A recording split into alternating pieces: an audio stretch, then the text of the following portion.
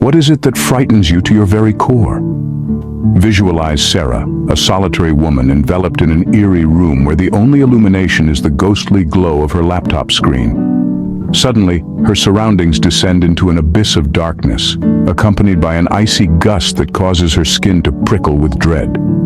As unpredictable shadows dance around her and chilling whispers fill the air, Sarah is seized by a frightful sense of isolation. Then, from the depths of the hallway, a sound akin to a monstrous growl reverberates, obliterating the silence and magnifying her terror. The unpredicted, the unseen, the unknown, they all coil around her like a cold, haunting fog. In the heart of the night, fear manifests into a terrifying entity of its own. In the pitch-black corridor, something moved. As Sarah ventured forth, the beam of her flashlight slicing through the darkness, she felt a chill creep up her spine.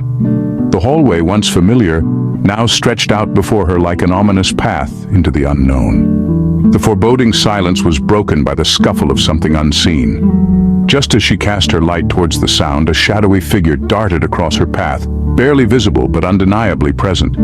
Her heart pounded like a drum in her chest, echoing the terror that gripped her. Retreating back to the room, the door slammed shut behind her, sounding a resounding note of finality. The room, once a place of comfort, now a fortress against the shadowy terror that lurked outside.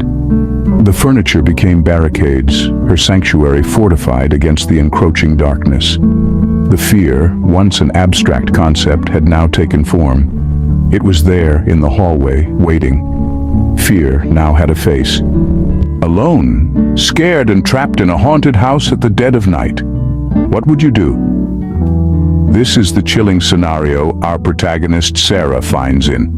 The terror of the unknown and the supernatural clutches her as eerie sounds echo around her, and ghostly figures flit in and out of the shadows.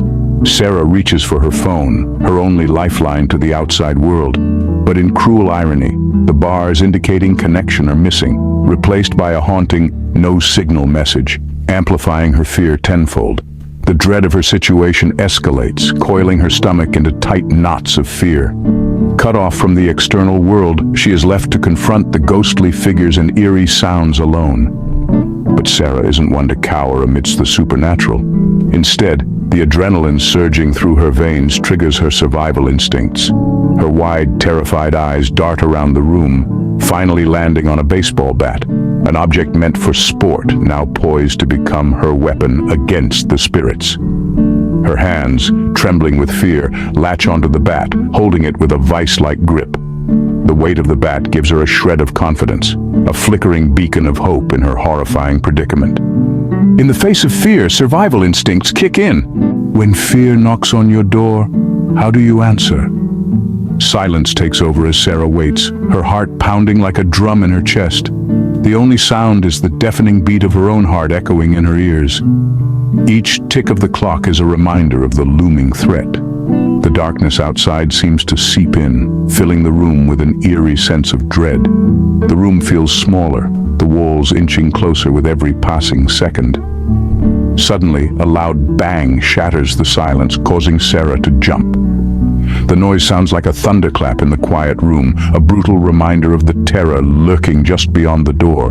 The door quivers under the impact, the wood groaning in protest. Another bang, louder this time, sends splinters flying. The door wouldn't hold much longer. Sarah can only watch in horror as her only barrier begins to fail.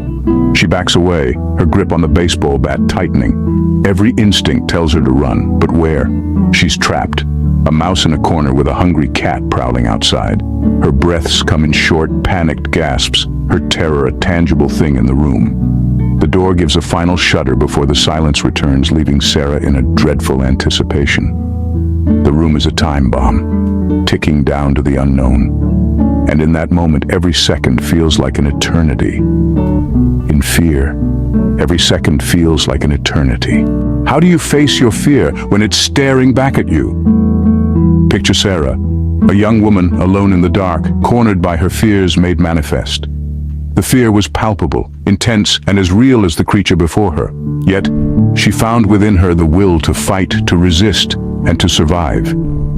Sarah's fear was not just a phantom in the shadows, but a tangible adversary she could confront. The creature, embodying her dread, lunged at her, its glowing red eyes a beacon of her terror. But as the sun began to rise, casting away the darkness, Sarah saw her chance.